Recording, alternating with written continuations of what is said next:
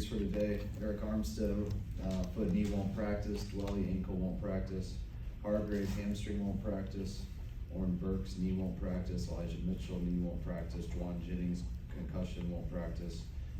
Cleveland Farrell, ankle, will be limited. That's it.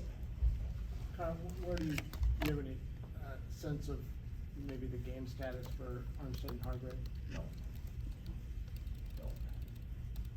How is Juwan moving through the concussion protocol? He's in the protocol.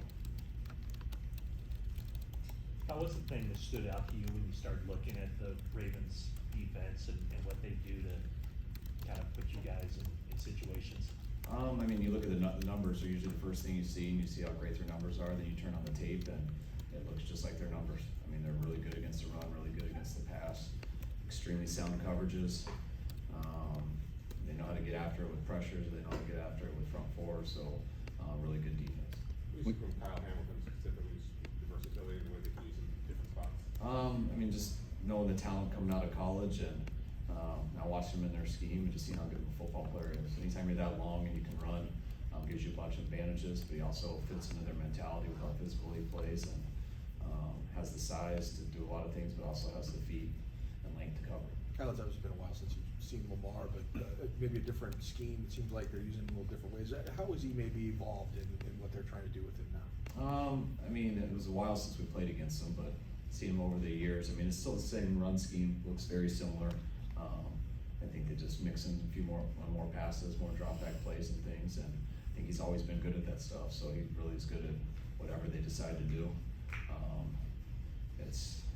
He's a problem, whatever, so. When you prepare for Lamar in practice, who plays him? We'll have both of our quarterbacks, so we'll try the best.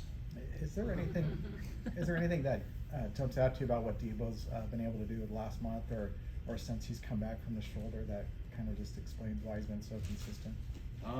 Just that he's come back and gotten healthy. When Deebo's out there and can string together practices and weeks, it's matter of time for the ball comes his way. I mean, nothing in particular that's been different than usual. I just think he's strung together a few more healthy weeks, and sometimes, I mean, I think I said earlier in the year that he had some of the best games the first couple of weeks, even at Pittsburgh, and the ball didn't just go that way. And he had some setbacks with his injuries, but he's been good here for a while, and it's came his way. Kind of their receivers, they have 4 pretty good receivers.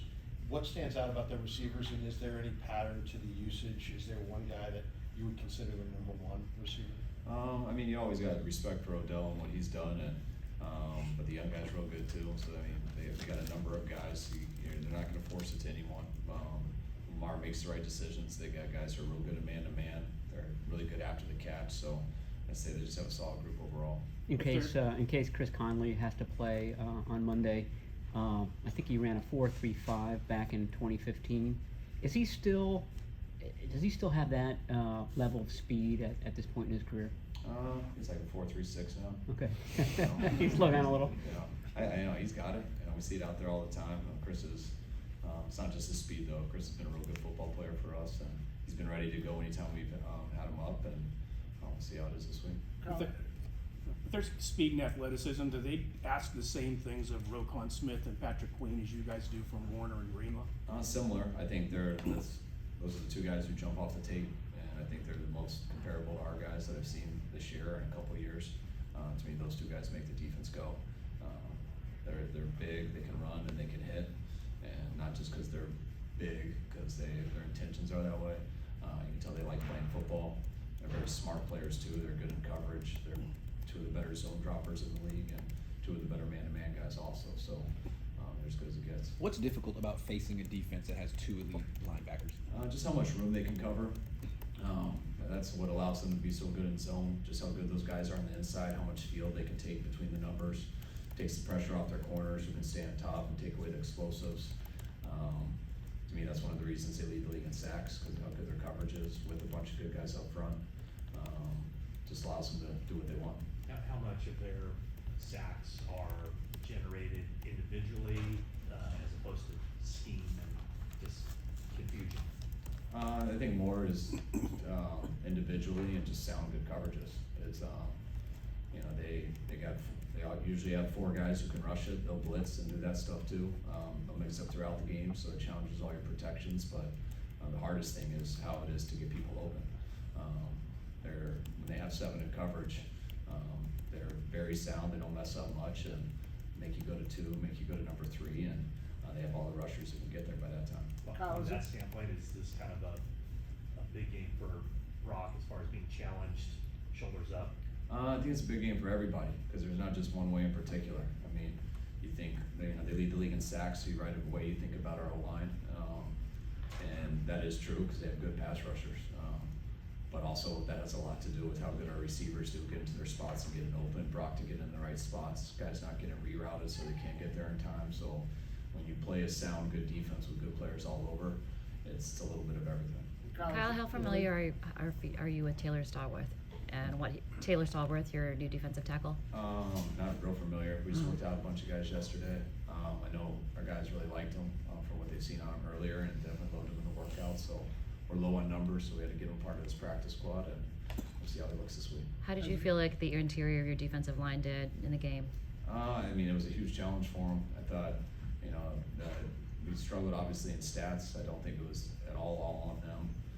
Losing Kalia during the game really hurt, because we just tired out a lot. But then we'll be better this week. As it relates to wide receivers and run blocking, I realize your dad's not like coaching in high school or whatever, but is that something like You say he's coaching high school? No, I sort of realized he's not like your high school coach or, Oh, or gotcha. whatever, but, No, yeah, I like was he like, is. yeah. I didn't read the wrong biography on my show. Would he, like, was that something you would talk about with him? Like, it just seems like it's just as important to him as it is to you, like the importance of being an all-around receiver and blocking. Definitely, because you also understand how important it is to football, and how important it is to running the ball, and how important it is to plays off the run. But no, that's why I could never play for myself, or I would never play for him, because even if I tried to block, I wasn't very good at it. So Kyle, I recognize that fast when you're gonna do it. Naturally, the Excuse me. O-line doesn't get a lot of accolades, but what can you say about their performance this year and how they helped you obviously do all the things you need to do? I think they've been great. I mean, when you look at our whole offense, just as far as running the ball and throwing the ball, you can't do that stuff without a good O-line. You can't do that stuff without a good quarterback. You can't do that stuff without good players that he's throwing to. So the success of us throughout the year so far, there's not one group that is, to me, isn't playing at a high level. Kyle, you got 3 young guys who all got time at the end of the Arizona game, Luter, Beal, and Winters, and they all were flying around. What is your guys' evaluation of how they've come on this year as rookies? I mean, that stuff's huge when you can get those guys playing time. Those guys have come on strong because they've been ready to go. They've been working. Very similar to how I talked about Jair, but you never know when they're going to get thrown in the heat of the battle. And sometimes when you go out there, you got to learn by failing. And so when those guys can get into these games, especially at the end of games, and it's happened a couple times throughout the year, Luter later, but guys like D and stuff, they get a lot of experience. Each time they do it, they seem better. And hopefully they don't have to do it too much until the future. But if that comes up, which it could come up any day, those guys got a little bit more experience now, and they're getting better each week. Kyle, there was a funny clip of Christian McAffrey on Monday Night Football with the Mannings about how he flopped, and I don't know if you've seen it, but the fact that he was willing to go to the extra mile to kind of try and get a penalty called for them. Do you see that often, and that extra I effort? didn't see the Manning cast, but are you talking about when he flopped versus Philly? Yeah. I saw that. Okay. I thought that's like the only thing he didn't do very well this year. That was the best flop. It gotta be it can't be so obvious. Have you seen him do it better? No, not Okay. really. Okay. But yeah, you want guys to do that. Not allowed to touch guys after the play, so sometimes guys can't see it because it happens so fast, but they can see a reaction, but don't want it to turn into the NBA too fast. There's a lot of debate about whether Purdy or McAffrey should be the MVP. As a former D1 wide receiver yourself, does it bother you that a wide receiver's never won the award? Like that a wideout hasn't? Never. I mean, not because of my lane history as a player. I don't even want to talk about the award because it's a lose-lose. Whatever the award is, but it doesn't bother me. It just you start to adjust to it and you look at it and it does seem like it's more quarterbacks. Doesn't mean that a wide receiver can't. Doesn't mean a running back can't. Doesn't mean a D lineman can't. If one person voted on it, then they might do it that way, but collectively, I don't know, I don't even know who votes. So, you hope they get it right, but, you know, it doesn't matter that much. It's Well, simple. Grant's the last one. Aiyuk early in 2021, much has been written about how he had to do this and do that to earn your trust, more playing time. How much of that was tied to run blocking? Not much. I mean, it was tied to just consistency of the game. I can't believe how long that stuck, because every 3 weeks I gotta talk about how far he's come since then, which I think is kind of an insult to him, so that's why I don't like always getting repeated. I got to play in the COVID year. He had no off season. We lost like 3 receivers that year, and he really never came off the field. Didn't get an off season the next year, and he was a little behind in training camp. And Trent Sherfield was here that year, and he was a veteran who was ready for training camp.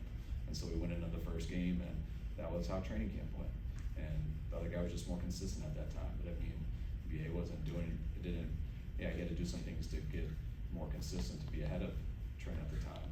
But that wasn't like he was in the doghouse or had to have this whole epiphany. He just, that's what football is. You're not always ready to go as a rookie. Sometimes you get thrown in there anyways. That can be good and it can be bad. That's why a lot of people have rookie slumps. Sometimes you learn from failing, and sometimes they don't realize, man, I played my whole time as a rookie. That was pretty good. Yeah, it was, but you gotta be better than the guy behind you at all times, not just potential wise. And I think he came to camp a little off, and that's what happened. And I think he corrected that about halfway through the second game. So it's been really good since then. Sorry about that. One follow-up on wide receiver run blocking. Do you, when you had Taylor Gabriel for like Cleveland and Atlanta, you grade guys like that on a curve because they're like 130 pounds? Yeah, but it's all about, Taylor was also the pound for pound strongest guy on the team. Right. He was the only guy who weighed 160 pounds who could bench 300. Like, he was wired. But yeah, there's size factors always. That's why you gotta learn the type of track by the back, how to stay square, and no one just goes out there and just manhandles a guy. You gotta be tied to the guy behind you and how to set people up and stuff. And also back then, when people were running at you straight over just to kill you, you were allowed to cut, so they couldn't just tee off on you. Now you just gotta stand up and take it, which isn't a problem either, as long as you fall down and he falls down with you. He's kicking your butt, he's not making the play, so you gotta do one or the other. All right, guys. Thank you. All right, guys.